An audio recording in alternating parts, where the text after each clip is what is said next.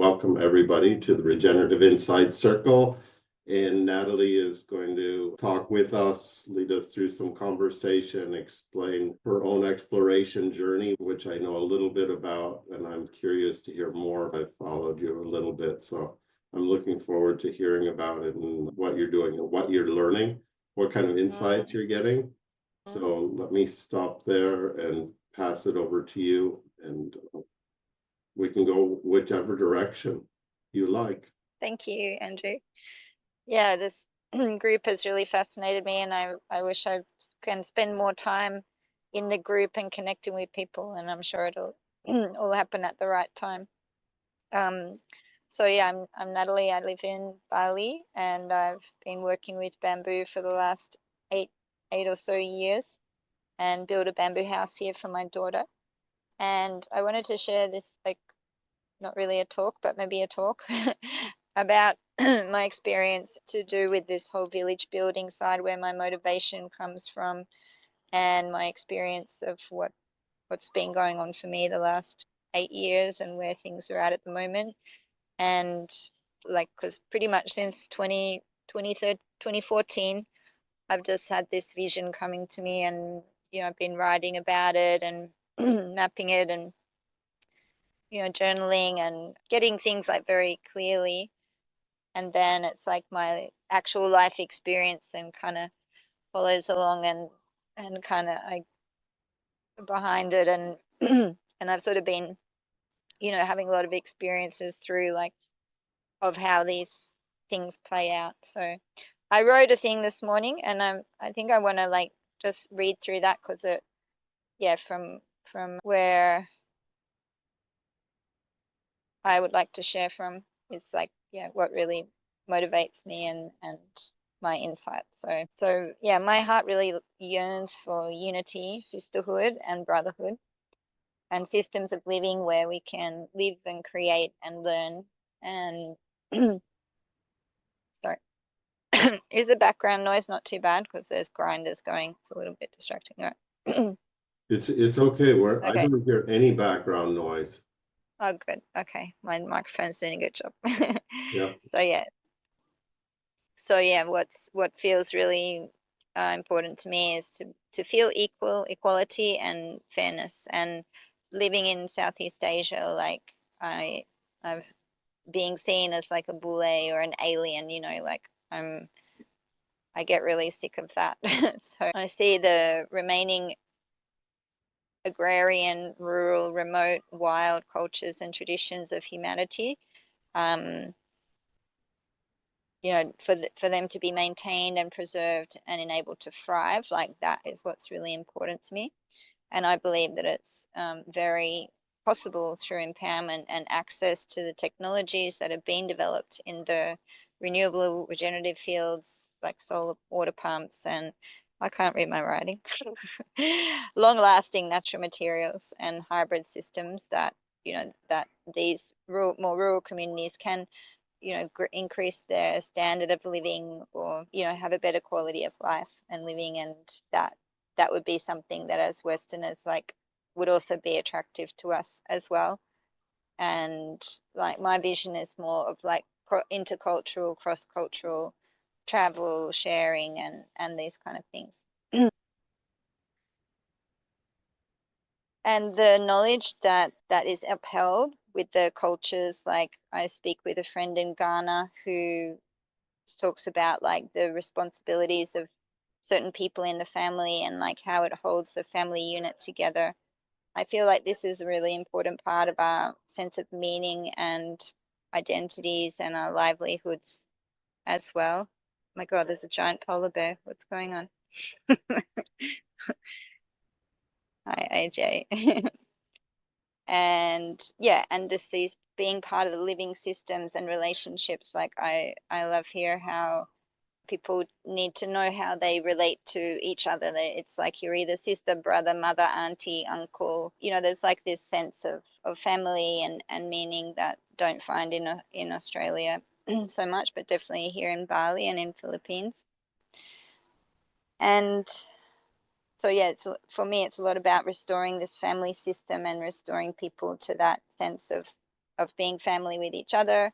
And I have a daughter with special needs, and I see her care as part of like the whole community responsibility. Like it's hard to do that as a Westerner in the culture I come from, because you're taught to think everything's like you've got to do it and I'm me, you're you. Like there's this real division, whereas coming here, it's like everyone just helps each other. It's like so much more cooperative. And I think as Westerners, we can really learn a lot from that and become a bit more like that. And on the other hand, also think that in the Asian culture, they could become a bit more individual as well. Like I think it's that East meets West thing.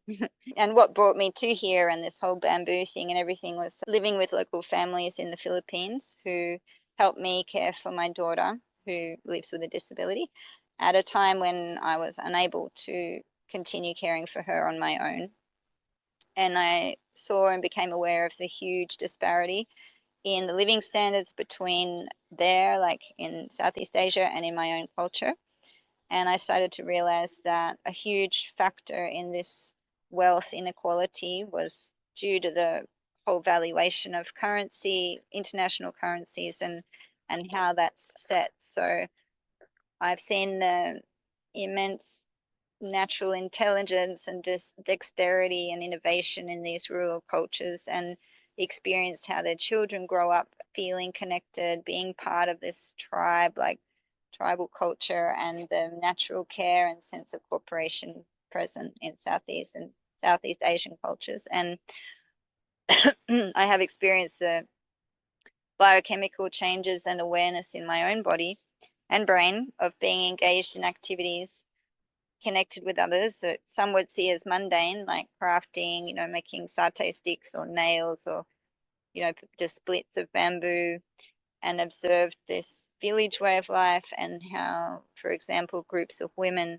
sit together, crafting, weaving, and talking, and like this being in community.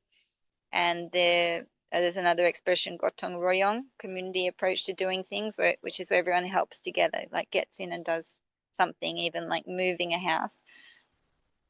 And I can somehow fathom the innate sense of happiness and peace that my own culture seems to have lost through its individualized locus, and my own vision of Vitalite Village, which evolved through experiencing life in the Philippines and the experiences I've had while living in Bali and building this house that I built for my daughter. It's called Freya's Bamboo Home, or Freya's Bamboo Sky Kubu. And how I long to live in a place where I can have meaningful co-contribution and a sense of purpose and belonging, and where my daughter can be more naturally cared for and included in everyday tasks and things, activities, and be involved in meaningful activities. So, and have friends, support, fun, and of course, good food.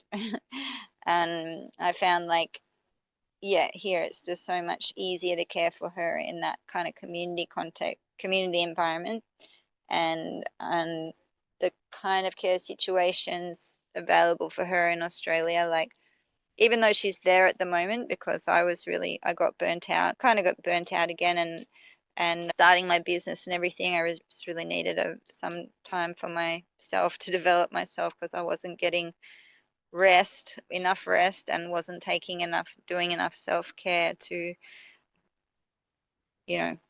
restore myself. So I was getting a bit worn out, and then I get sensory overload myself. Like, I haven't been diagnosed as ADHD, but I'm pretty sure I'm up there. So being involved with this Bamboo for Africa project, which actually evolved from a WhatsApp group, which grew from a conversation I had with a gentleman called Joel Odongo, who's in Uganda. And he'd asked me to come and build a community bamboo and recycled plastic community center in Soroti. And it's kind of grown from there to now we have like more than 70 people, I think. And it's given me this greater sense of community in my own life, and connected me with others who share this more similar sense of purpose and passion. And it's also people in this regen group, because yeah, I did actually feel a bit do feel isolated, even though in one way the environment here is really good for me, and another way, like, I don't directly have people that I can relate to on the same level, and I am seen as like a boule, so it's like I never really feel like I really belong here, actually. Not at the moment, anyway.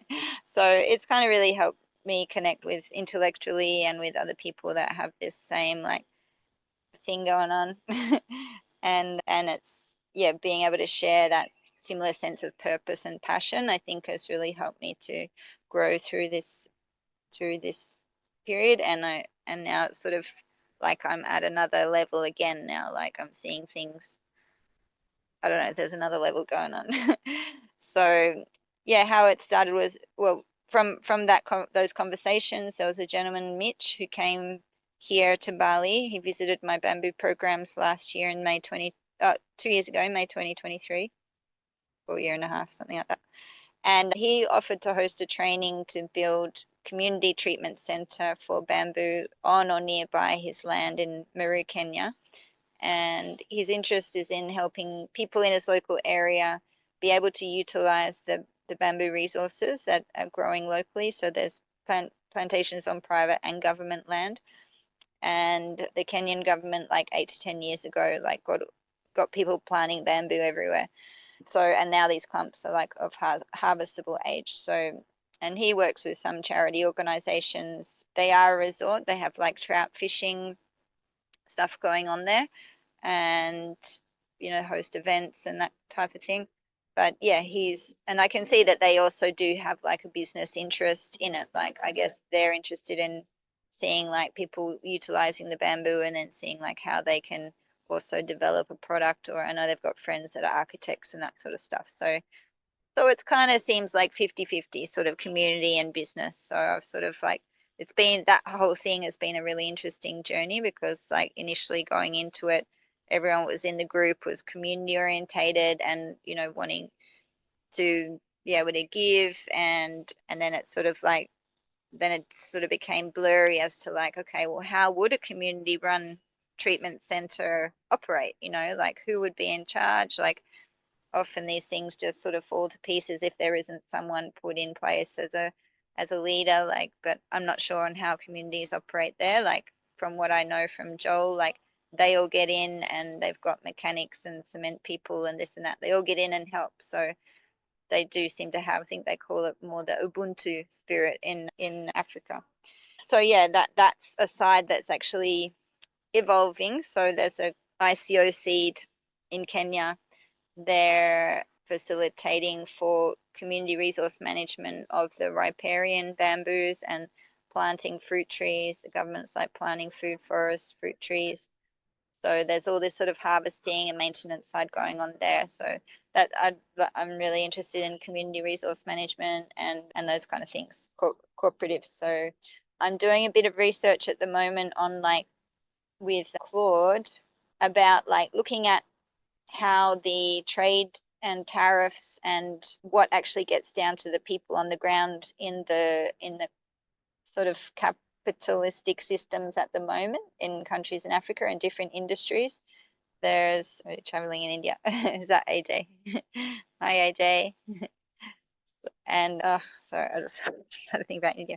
Yeah, the tariffs and the how like it's so, and that's one of the things I saw from first living in Southeast Asia, is it's really like a really unfair advantage that the global north has, in that for people in the global south to get a product to market costs like, I forget how much it is, but on the percentage of the total price of products generally, like a person in a global north, about 2% goes 2% goes on like postage and freight, whereas in someone from a developing country, or sorry, global south, would be like 30 to 40%. So there's sort of all this stuff with even being able to get your product to the market or being able to get to the market. And yeah, so I'm writing a bit of a little paper. I don't know if it's a paper or what it is, but it'll be on my website, probably on one of my blog posts sooner or later. Because yeah, I just see that as something that's seems to be coming to light a lot too on like my Instagram feed, like how these sort of things have been ingrained and perpetuated, and and we sort of think of Africa as a poor country when it's actually the most resource-rich country in the world. And so bamboo is a resource material that has so many aspects to its processing and so many potential uses and byproducts that I believe it has the potential to bring us into a more community-minded way and approach of doing things and sharing work and sharing benefits rather than being like an industrialized material. Yeah, I know. There's lots of countries within Africa. Africa is a continent. Somebody also pointed that out to me on my website. So I am usually quite careful to say that, but I'm referring to it as a continent of countries. So bring it into a more community-minded way or approach of doing things and sharing the benefits rather than being an industrialized material. Like I've spoken with Arif, who's the head of the Bamboo Foundation, and that the sort of approach, the traditional, not traditional as in tribal, but traditional Western approach is like, how can it be industrialized? How can it be turned into a product that can be mass produced and, all that sort of stuff. And I sort of see like bamboo is like the opposite, like because every piece you have to look at individually and each one has to be, this more individually treated, like each part of it can be used, whether it's the skin or the fiber, or there's so many waste products that can be like, reutilized or, it's really like just infinite that I just think there's so many intangible benefits for the community that it can be a perfect basis for circular economy and approaches to develop like healthy local economics and economies and perhaps, to help these communities in Africa and countries gain a bit more independence. And I kind of don't also refer to the countries thing because countries are a Western imposed thing on the borders, like the regions, the traditional regions aren't the countries that we sort of know them as today, even though I do respect that, of course, there are still countries on the map. And so I see it as an integral part of developing cooperative approaches to regenerative communities of the future is to steer more self-determined communities and economies around bamboo and how, community currencies can evolve and people can trade with those products and it be less dependent on these sort of dollar. And I don't know if that'll go down very well in amongst the communities themselves, but but I have like a youth group that's coming on board and I feel quite excited about the youth, like because they're the ones that are going to change the politics. Like as an outsider, I don't really want to, be telling people like how they should be in their country. And, it's more about giving them access to the information and creating the conversations that they can then, take action on in in uh, in their local political scene or what have you. So yeah, and I did actually just come across on my Instagram there was something Wanda, and he called it community philanthropy. And so it was like all these people, there's like, I forget exactly how many members, but they all contribute like $5 a week. And then all that money is collectively used for community projects. And they've got a long list of all these small projects that have been getting done through these things. So I really like, I mean, they say aid, there are aid organizations that do that, but this one just seems like you also have voting rights and a few things like that. So I will post that like at the end in a summary maybe in the group. I don't have the link right here, but it is in my phone. And yeah, I just see like for these regenerative villages to develop in the global south, like it doesn't cost so much as if we were to try and do that in a Western country or the global north. There was a project here during COVID that where basically there was $5,000 invested in, or not invested, but given to this family.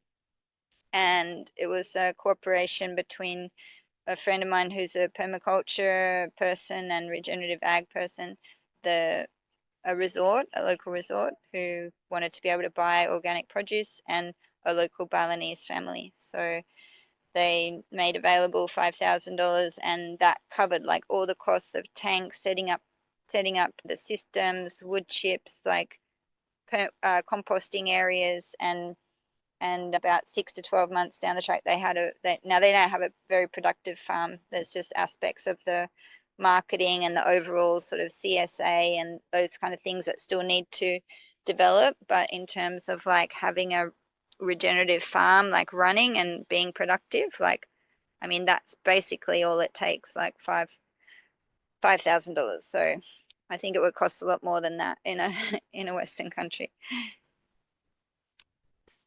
So, and yeah, the whole kind of, sorry, I don't have slides or anything, but just tying in with the thing of evolving regenerative communities and villages, is like there seems to be this big push towards cities, and like everyone's going to be living in cities in like have many years, and it's like, well, what is a city? Like, I think we need to redefine how we see cities, because I've seen even like a bamboo city project in one of the African countries,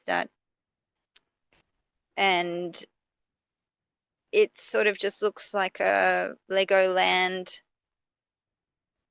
hellhole. And I'm like, well, just because it's bamboo, does that actually mean it's going to be a functional, good city to live in? Like, people get a little bit over the top with bamboo. It's like, they put it all up on a pedestal, and it's like, it's just still just like everything else. And I think the more important thing to look at is how we do regional, urban, and regional planning, and how regenerative farming spaces are situated in proximity to housing, and how people access their food and all the food miles and that kind of thing. Like, I would rather see like a concrete apartment of 20 stories taking up a small amount of space, and then the maximum land around being used for agriculture, and it having like, totally recycling and, non-polluting systems, rather than, 100 bamboo houses scattered all over the place and people throwing rubbish in the drain. Like, it's not just like Desmond Decker, it's not what you do, it's how you do it. So yeah, that's something really important to me. And one of the things that there is actually I just came across a paper written about the whole desa. They call a village here a desa in Indonesia. And yeah, just came across this really interesting looking paper about that movement is also happening in Indonesia, that they want to bring more quality of life and empowerment to the village, because the village is really important and really key in the whole culture. Like, people just like lose their, not always, but losing identity and stuff in the cityscapes. And sorry, I've got someone climbing up my little bamboo tower.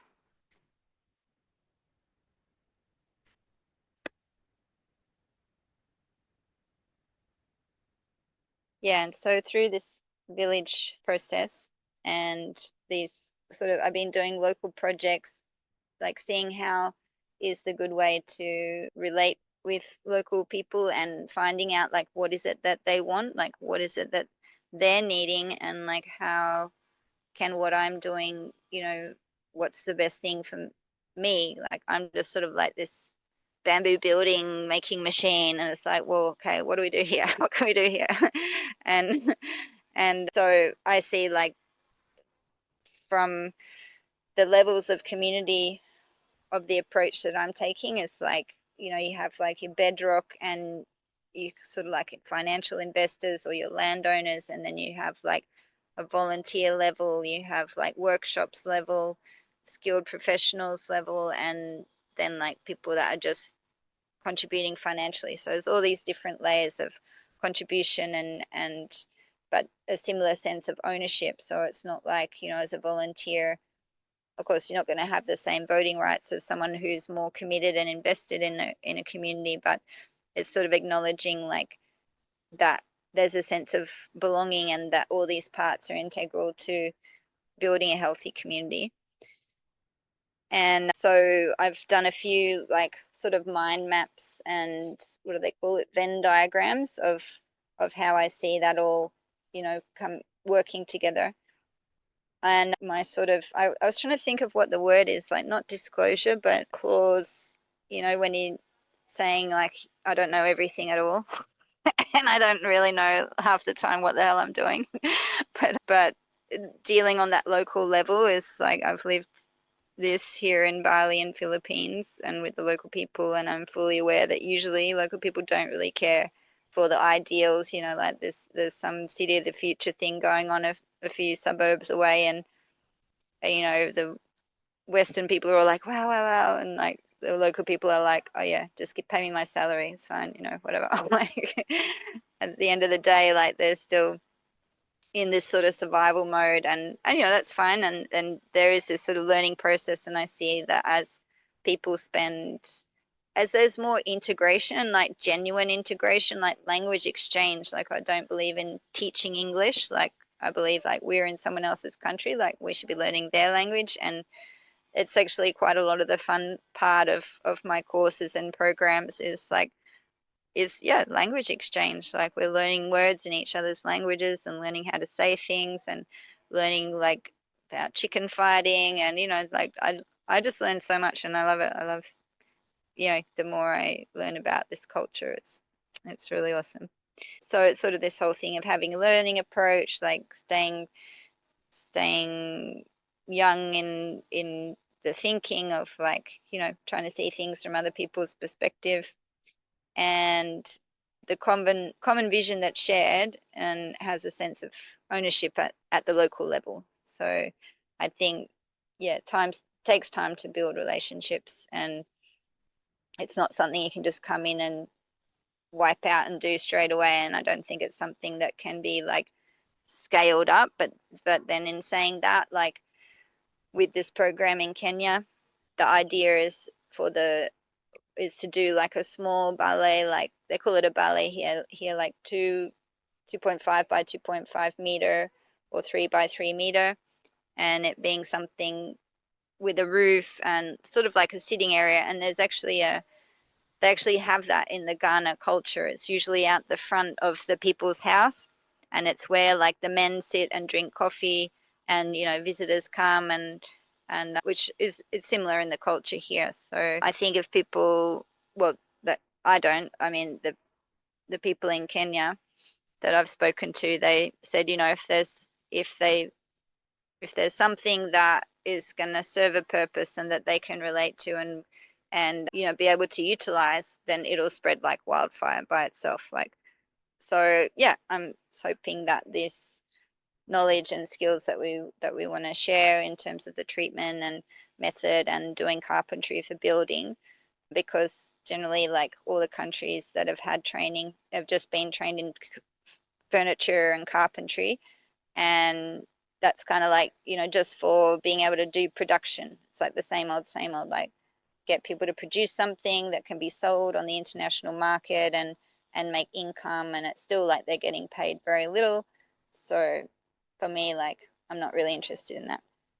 And that's so that kind of brings me to the what I probably got a few more pages, but I feel like I might be boring people. The You're not boring me. I Okay. find it fascinating. But I just since you're giving me the opportunity, I would also love to hear just like yeah, what you're learning, like how what you feel like you're learning in the process. But for me, keep going. Okay. Oh, thank you. So, yeah, but yeah, because I have a lot of observations, and then I'm sort of like comparing one, the way different ways of doing things.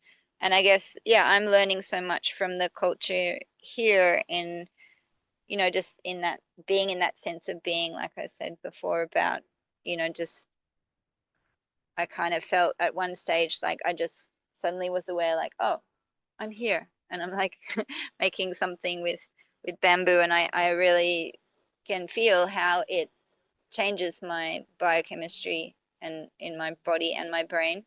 And a lot of people I've seen come through, especially people that work in offices or that have stress and stuff, like they say, like just making bamboo nails and stuff, it's really relaxing. Like it really calms your whole system down. So I think maybe it's a little bit like whittling wood. I think some people like whittle wood and find that thing. But yeah, there's definitely something about bamboo because you need to be in the feeling body. So I've got my own website, which is bambooCreative.org, and it's a total mess at the moment. I've got a blog that's on the .org, and then there's like a drop down menu that it's got like my workshops and outreach, and there's lots of, yeah, that one, and lots of sort of offshoot pages. You can probably find a trail somewhere on like how this Bamboo Africa thing started. So then we've got and actually on that first page of the blog of the bambooCreative.org, there's a few posts plastered about this Bamboo for Africa project. So but the website for that is bamboo, https://bamboo 4 africa.org. So yeah, it's I think you came in late, Nisaf. Was that Nisaf that asked that question? Or was it Andrew? Yeah, that's There was new stuff. HTTPS, yeah. And it's kind of been this sort of like groundswell thing, and just a lot of different people. There is also, you can read the background document.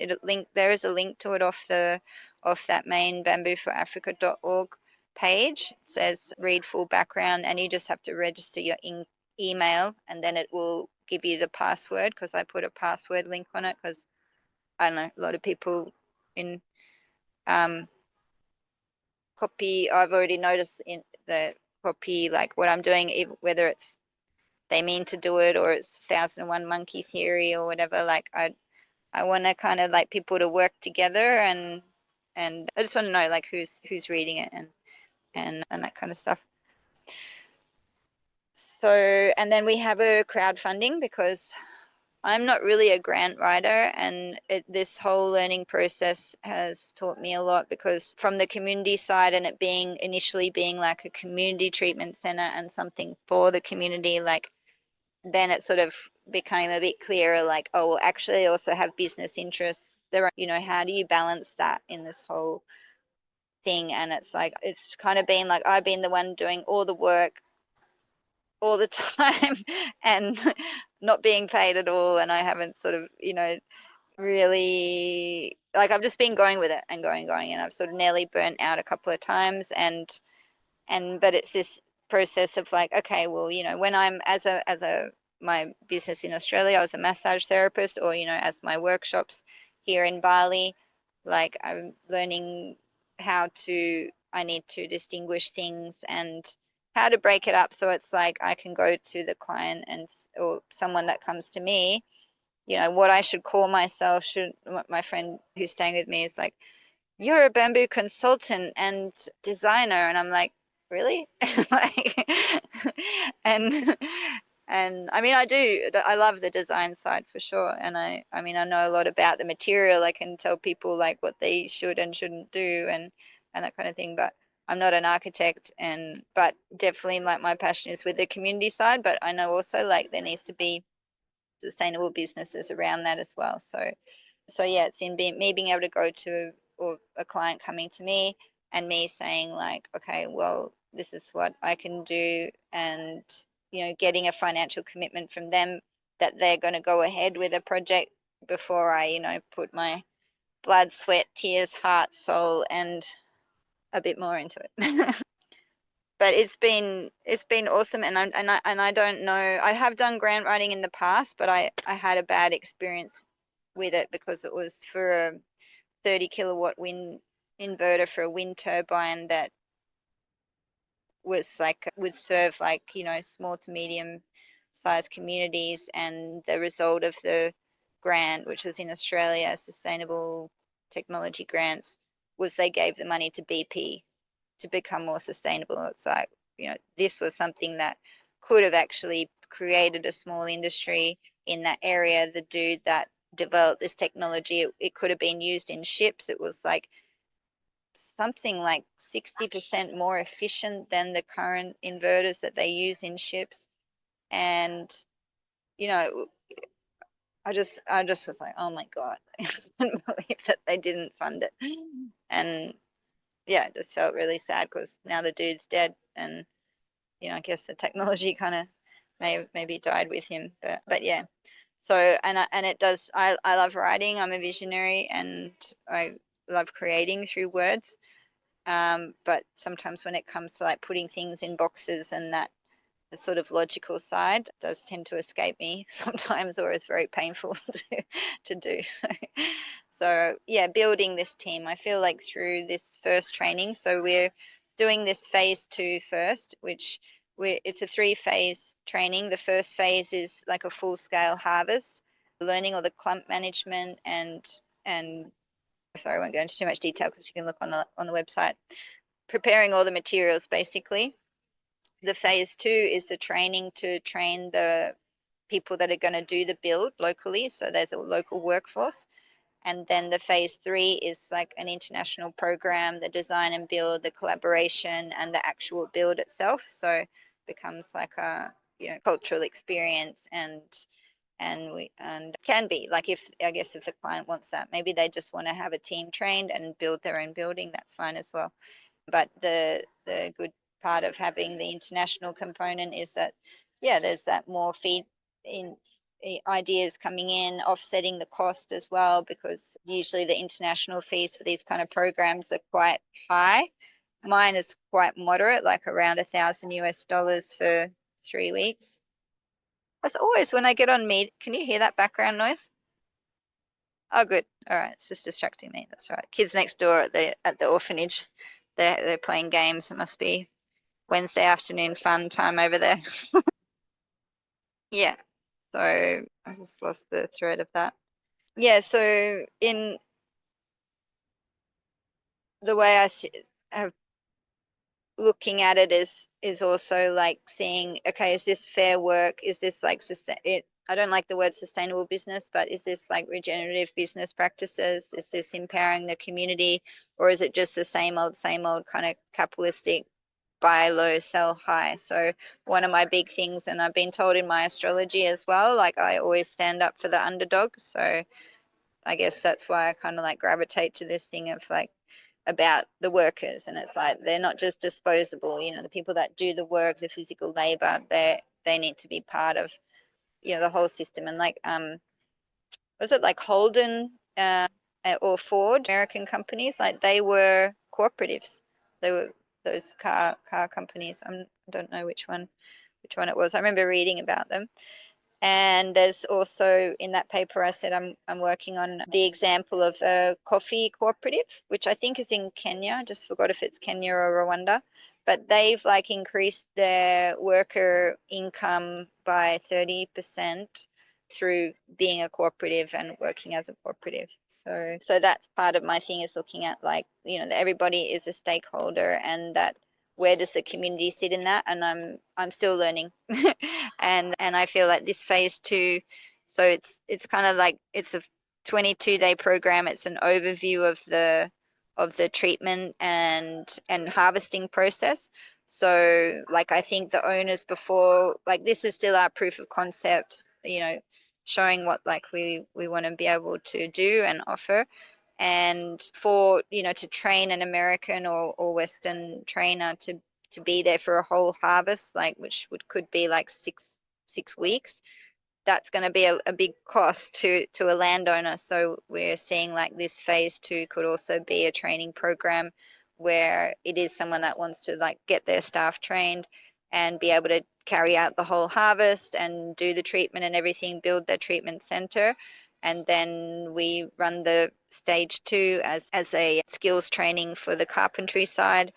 And then we do like the phase 3, which is the build. So that would be more like a contract build, and whether we bring in a course on that is, yeah, part of those kind of options. And yeah, I feel like it hits a few birds with one stone in that sense. Like there's the benefit for the community, benefit for the businesses as well, and this ICO Seed Kenya and Isavari about the community currencies, like just creating this conversation about whether it's like tokens or rewards, and recognizing the contribution, everyone's contribution, that it's not like the owner mentality, like what I say here, or they have in Indonesia, like people actually say like my owner when they're talking about their boss, and I'm like, that must have been a Dutch thing, but yeah.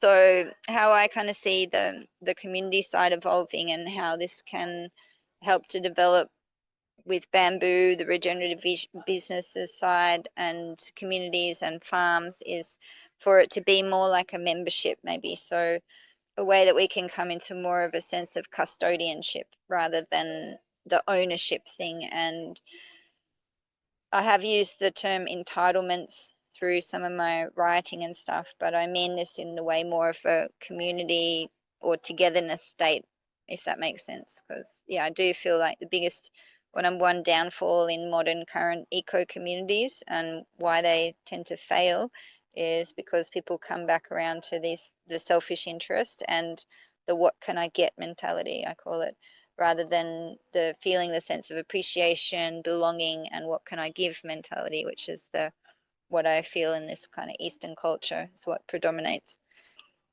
And I wanted to quickly share an insight I received when talking with a Balinese friend here who said that traditionally they had no need for restaurants or paid hospitality services because they would all like prepare the offering, bring it all to the temple, do the ceremony celebration, and then everyone would sit there next to the rice field and eat and talk and share, and I was like, oh my God, like we had it already, like what are we doing? Well, they did. And so yeah, so whether people's young, old, rich, poor, the disabled or the people that's less fortunate, like everybody can eat. And the locals say in Bali, like you'll never starve because someone will always offer you a job or something, even if you work for like well, not so much carrots, but for a meal or something like that. They still have their farming systems, they still have their traditional village systems. We had it already. So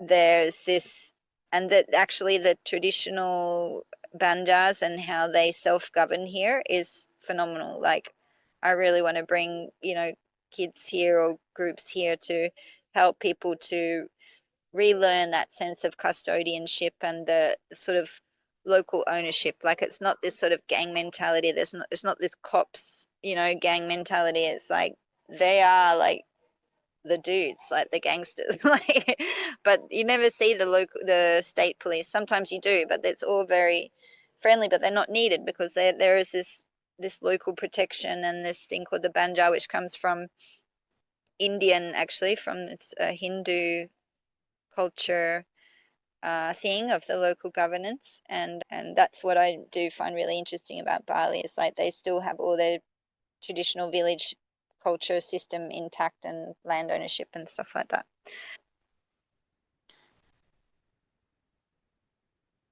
So yeah, so another couple of points Got there, about I think. 10 minutes or so, Natalie. Would you like to leave a All little right. time for questions or comments? I don't know if anyone has any, but Yeah, has anyone got any comments so far or questions? I just wanted to quickly run over, just feel free to put your hand up or say. I just wanted to run over like oh my God, it still keeps going. I didn't get a chance to read through all this. I was meant to be creating an Instagram page today for the Bamboo for Africa thing. So I will hopefully get to the stage of it being a little bit more presentable. But I hope you've gleaned something out of today. So I want to note about okay, I already did the wage disparities, income disparities in the financial system. And okay, no, I've been through that. So how would I propose establishing a regenerative, or I don't like the word sustainable, global village systems?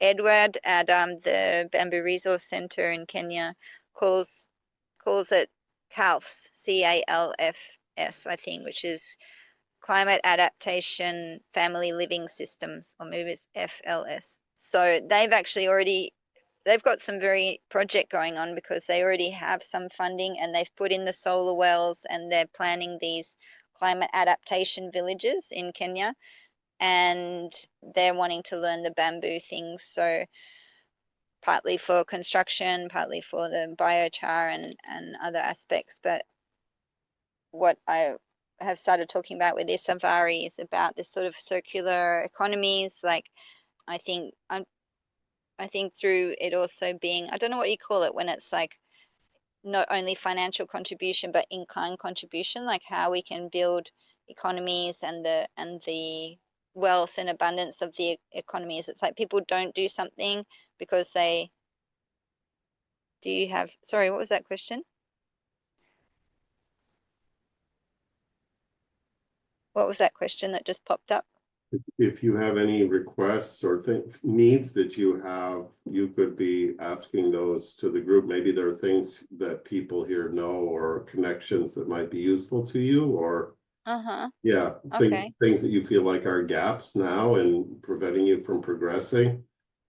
Okay. I think through this phase two training is going to be a very interesting time to network with, like, I hope I'll meet Isavari and there's a few other people coming on board. I think like I'm wanting to create like overall like this kind of membership thing and have conversations about how we can get investment in these kind of regenerative villages to be established, and I guess mainly in Africa, but I've also got people interested in Sri Lanka that want to do this similar sort of model. And just, I guess, where I'm really stumbling a lot is in the payments and, structuring the back end of like, how do you do the banking? How do you, like bring the money in and give people the options? Like I have an e-com store and I was setting stuff up there and then trying to give the option of whether people wanted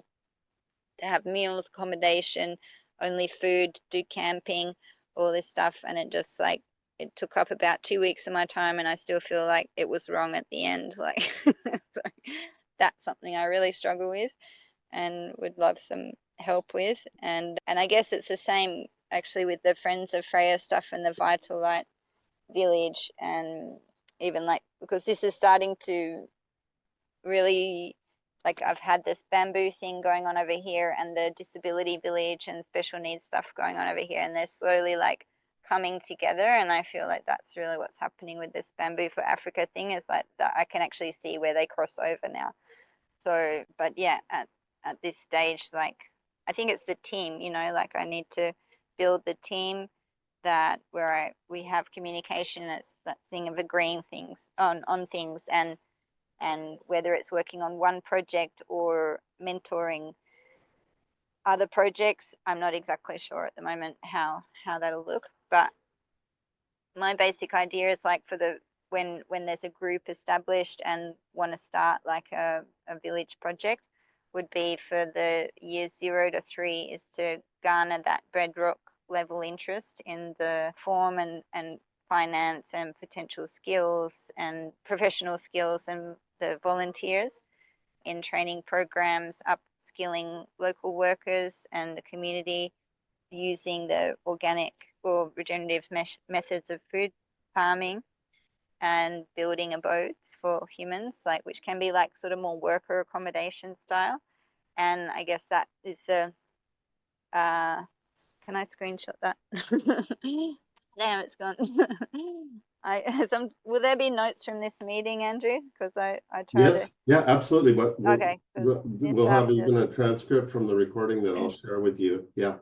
okay, because Nisab just put his LinkedIn up and I missed it. I would love to connect with you and stuff.